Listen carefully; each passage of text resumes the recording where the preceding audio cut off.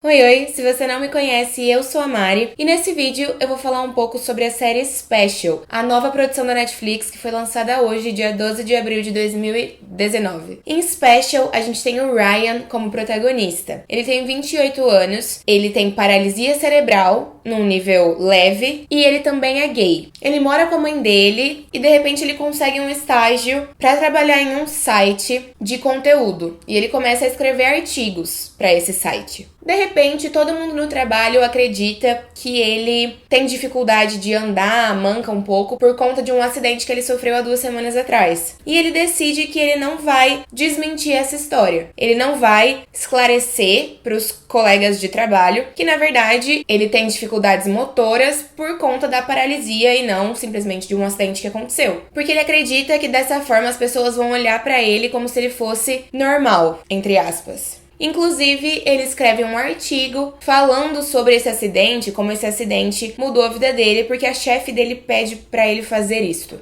Essa é a premissa inicial, mas no fundo, na essência da série, a proposta é simplesmente mostrar a história de um homem, porque 28 anos já não dá pra chamar de garoto, que apesar da sua deficiência, quer apenas ser normal. E isso fica claro em muitos momentos. Existem cenas que a gente fica com uma leve tensãozinha, achando que alguma coisa vai acontecer naquela situação específica, se perguntando como que o Ryan vai lidar com aquela situação por conta da paralisia dele, e aí de repente nada demais acontece, a cena é só uma cena de uma situação normal que aconteceria na minha vida ou na vida de qualquer outra pessoa que não tem nenhuma deficiência e que também acontece na vida dele. Um exemplo disso é o momento em que ele vai finalmente perder a virgindade, e eu gostei muito dessa cena porque a situação em si é desconfortável, mas ela seria desconfortável para qualquer pessoa. Perder a virgindade é desconfortável, independente de qualquer coisa. Você não sabe direito o que fazer, você fica apreensivo, tenso, enfim. Isso acontece pro Ryan nesse momento. A paralisia que ele tem não influencia em nada no decorrer desta situação e de outras situações que poderiam ser um pouco diferentes por conta dessa debilidade. A série foi escrita pelo Ryan O'Connell, que também é o ator que interpreta o Ryan nessa série. A série ela é autobiográfica. Então o Ryan O'Connell, ele tem paralisia e ele é gay também, e ele escreveu um livro chamado I Am Special. Eu Sou Especial, em português. E ele decidiu transformar esse livro em série. Então ele escreveu o livro, ele roteirizou a série e ele atua na série. É o primeiro trabalho dele como ator. E acho que só isso já é suficiente pra gente parabenizá-lo, porque apesar dele estar interpretando ele mesmo, o que talvez não seja tão complexo quanto criar um novo personagem, pra quem não tem experiência deve ser bastante intimidador lidar com a câmera, lidar com o roteiro, com decorar as falas, e ele faz tudo isso de uma maneira bastante satisfatória, considerando que é o primeiro trabalho dele com atuação. Além disso, a série foi produzida pelo Jim Parsons, que faz o Sheldon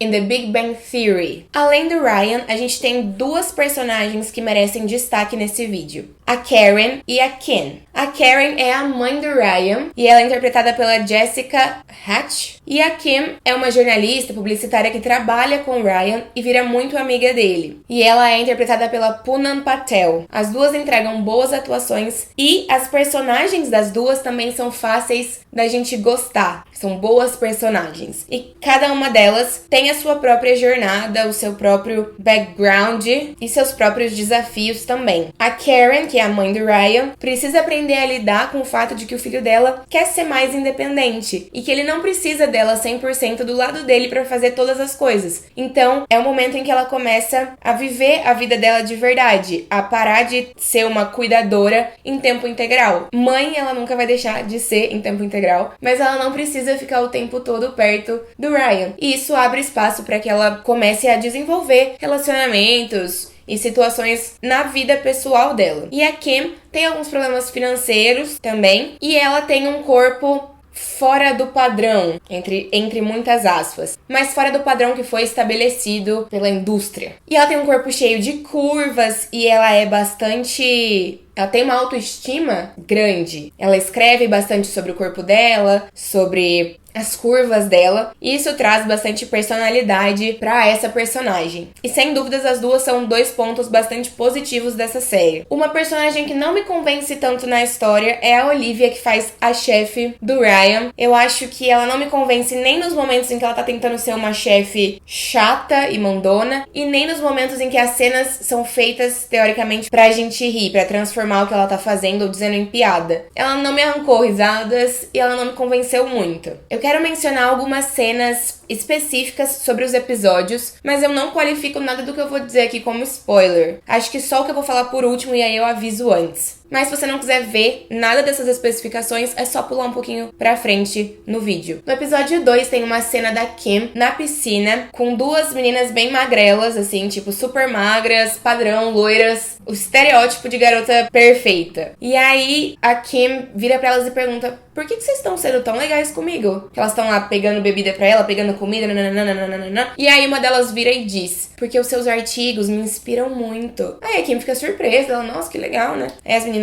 porque eu também sofro, que as pessoas sempre me chamavam de magrela, porque diziam que eu era muito magra e meu braço era muito fino. E a cara que a Kim faz nessa cena é a cara que as pessoas fazem sempre que uma pessoa perfeita, com o corpo padrãozinho, vem dizer que sofre preconceito. Sabe assim, essas blogueiras, artistas que gravam stories ou vídeos, ou sei lá, falando, porque preciso aceitar o meu corpo também. Tudo bem, sabemos que todas temos inseguranças, mas é a velha história sobre saber qual é e qual não é o seu local de fala e com o que você realmente sofre comparado ao sofrimento que outras pessoas podem estar passando e estão passando. Uma pessoa magrinha com o corpo considerado ideal nunca vai sofrer o tanto de pressão e o tanto de cobrança que uma pessoa gorda vai sofrer. Então, a cara que ela faz é muito a cara que representa esse tipo de situação. Tem uma outra cena ótima no episódio 3, que a Olivia tá numa reunião de pauta com as pessoas que trabalham lá no escritório, no site, e ela vira e fala: gente, eu preciso de histórias de sexo pra gente criar artigos, vamos lá. Aí ela vira pra um jornalista, pra um escritor branco, branquíssimo, e fala: você, defensor das minorias, chefe da diversidade, você não tem alguma história? Ironicamente, ele começa a tentar falar, ela fala: tô brincando, homem branco hétero não tem mais. Homem branco hétero está cancelado, não tem mais vez. E é só uma piada feminista que eu achei que nesse momento coube. Talvez seja a minha cena favorita protagonizada pela personagem Olivia. Também no episódio 3 é quando acontece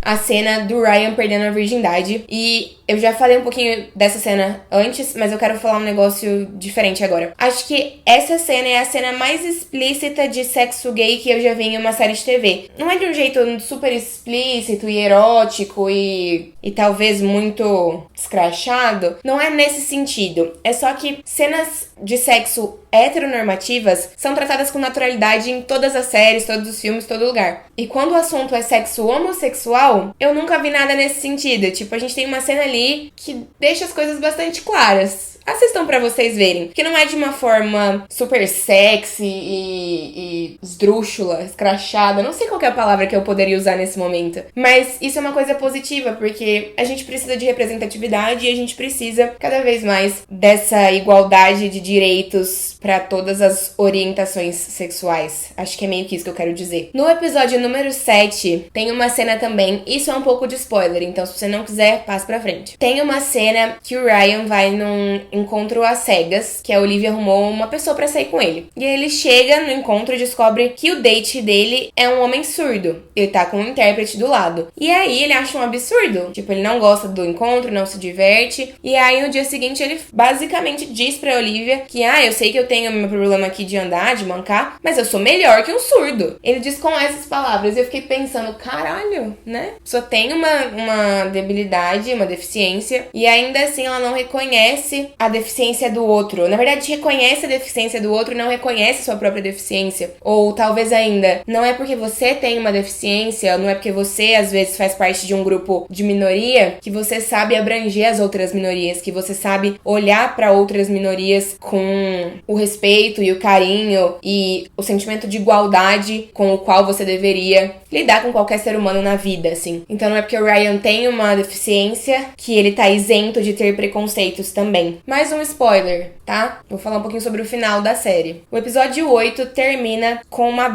grande briga entre o Ryan e a mãe dele. E ele diz uma frase importante. Ele fala que é preciso duas pessoas para estabelecer uma relação de codependência. Isso é muito real. A mãe dele acha que ele está 100% dependendo dela o tempo todo, quando na verdade ela depende tanto quanto dele na vida dela, porque ela não conhece uma vida que não seja dedicada a cuidar do filho. E aí, o meu último comentário sobre os episódios, eu só queria dizer que não deu pra dizer quem foi mais infantil nessa briga. Parecia criança brigando, sabe? Tem um outro determinado momento da série que a Kim diz o seguinte: todo mundo tenta colocar um filtro na vida real, todo mundo tenta fingir ser algo que não é. E aí eu fiquei pensando, nossa, é muito isso, assim, porque o Ryan, ele mente sobre o acidente, sobre a paralisia pras pessoas, tentando fazer com que as pessoas vejam ele de outra forma, tentando ser aceito, na verdade, se encaixar em algum lugar. Isso é uma coisa que todos nós fazemos, com as fotos que a gente coloca no Instagram, ou às vezes com o jeito que a gente age com determinada pessoa, determinado grupo de amigos, conhecidos. Então é bastante natural. Nesse caso, ele tá escondendo uma paralisia, mas todos nós, às vezes, escondemos alguma coisa, algum fato sobre a gente pra tentar pertencer a determinado local ou grupo. Vamos aos problemas. Sempre chega a hora dos problemas. Quando eu fui começar a assistir a série hoje de manhã, eu achei que os episódios fossem ser bem longos. E aí eu pensei comigo, nossa, podia ter 30 minutos, né? Igual a Typical. Aí quando eu olhei, tinham episódios de 12, 14 e 15 minutos. Aí eu fiquei, que é isso, gente? Eu nunca assisti uma série com tão pouco tempo por episódio. Nunca. Nem, sei lá, Friends, How I Met Your Mother ou The Big Bang Theory sempre são 20 minutos, 23 minutos, por aí. Agora, 12, 14, 15 e no máximo 16, eu nunca tinha visto uma série assim. E esse tempo, 14, 15 minutos, infelizmente, não é suficiente pra envolver a gente na história da maneira que deveríamos ser envolvidos na história. Esse tempo não é suficiente pra contar uma história, na verdade. Muito pouco acontece em cada um desses episódios. Se você for contabilizar, não tem nem 2 horas a série inteira. E na minha opinião, tudo isso não é suficiente pra segurar o público. Então talvez as pessoas assistam a série agora, mas eu duvido muito que o público vai se conectar com esses personagens e com essa história e que vai estar disposto a esperar 1 ano pela segunda temporada, que é o que normalmente acontece. Pelo que eu li, essa decisão de ter episódios tão pequenos veio da produtora e o Ryan O'Donnell tá planejando uma segunda temporada com 30 minutos ao invés de 15. Mas infelizmente é a primeira impressão que fica. E eu não sei se essa primeira impressão, considerando a falta de desenvolvimento mesmo da série, vai ser o suficiente pra manter a audiência. Acho que é inevitável fazer comparação com a Typical. Se você não conhece a Typical, você vai conhecer a Typical neste momento. É uma outra série da Netflix que tem como protagonista um adolescente autista. E a Typical é uma série impecável. Acho que é uma das minhas produções favoritas da Netflix. É sempre muito legal e extremamente importante a gente ter personagens que fogem do padrão, como eu disse, protagonizando séries. Isso reflete muito a mudança de hábito de consumo de público. Hoje em dia, a gente não quer mais assistir séries com pessoas que sejam perfeitas. Eu fiz um curso de roteiro em São Paulo no final do ano passado e a minha professora disse isso uma vez. Por exemplo, Friends é a sitcom, a série de comédia mais famosa da história da TV. E é uma série que merece crédito por muitos motivos. Mas se Friends fosse lançada hoje, ela não seria tão bem recebida pela crítica quanto ela foi nos anos 90. Porque a gente basicamente tem 6 personagens perfeitos. Meninas magras, homens pegadores, 2 das 3 meninas são loiras. São pessoas normais demais. A gente não tem diversidade em Friends. Eu adoro Friends, eu não tô aqui pra falar mal de Friends de jeito nenhum. Esse seria um tema pra um outro vídeo. Só que o que eu tô tentando dizer é que séries como a Typical e Special vêm pra trazer essa mudança, pra trazer outras perspectivas, pra muito além do que a gente tá acostumado com a nossa rotina. Elas trazem histórias pra gente entender como é a realidade de uma pessoa que é diferente de mim. E isso tem sido uma tendência em diferentes séries de TV. Se a gente parar pra pensar, a gente tem algumas séries como Dexter, Breaking Bad, House, que trazem como protagonistas anti-heróis. Então tem essa pegada de trazer um protagonista que não seja 100% bonzinho e que ainda assim a gente consiga se identificar. E aí tem também essa outra vibe de trazer diversidade mesmo, de mostrar diferenças sociais, físicas, de gênero ou de orientação sexual pra pra dentro da televisão. Isso é muito importante. Só que, como eu disse, o que a Atypical faz com maestria, eu não consigo pensar em defeitos de Atypical. Special, que inclusive as duas têm um nome bastante similar, se a gente for pensar, deixa um pouco a desejar. E não é por falta de personagens interessantes, e também não é por falta de uma boa temática. É simplesmente pela falta de desenvolvimento na história, por falta de tempo e de acontecimentos suficientes para tornar essa trama toda mais densa, mais envolvente. É isso que eu tinha pra dizer. Se você gostou desse vídeo, clique em gostei, se inscreve no canal e aproveita também pra deixar um comentário pra falar sobre o que você achou da série ou desse vídeo também. E obrigada por ter chegado até aqui, por ter assistido todos esses minutos em que eu tava falando de Special. Um beijo e até a próxima.